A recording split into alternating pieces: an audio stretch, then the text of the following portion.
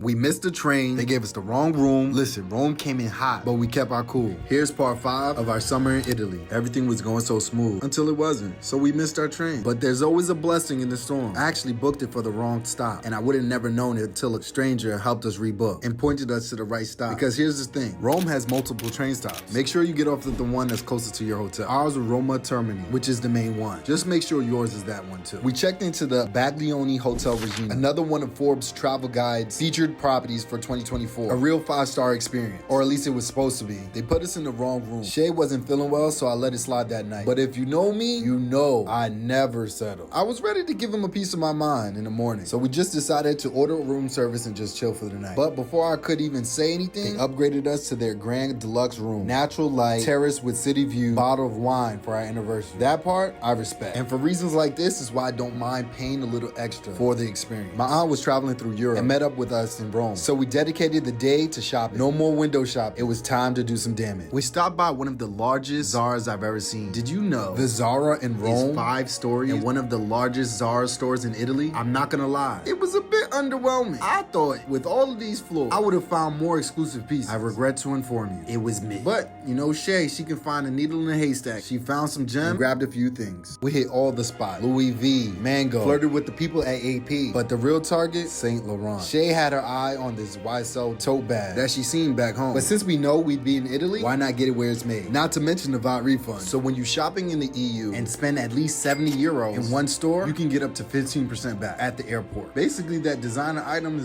got discounted. They brought out some champagne. You already know what happens when that starts flowing. Shay walked out with a bag, some shades, and the heels to match. I don't even know how we got here. But I didn't see anything from me in Saint Laurent, so I slid into Dan John. Fire cuts, European tailoring. I tried to go crazy. Bought 2 suits and a shirt. Only downside, a lot of this stuff ran small. They weren't really built for broad shoulders like mine. But I ain't gonna lie, them suits was clean. And by now, you probably see me. Time flies when you shop. So we headed back to the hotel to reset before dinner. Then I hear a knock at the door. It's the hotel staff again. This time with a bottle of champagne to celebrate our anniversary again. And at this point, they were trying to set us up to have a baby. But in the name of Jesus, I rebuke that. I kid.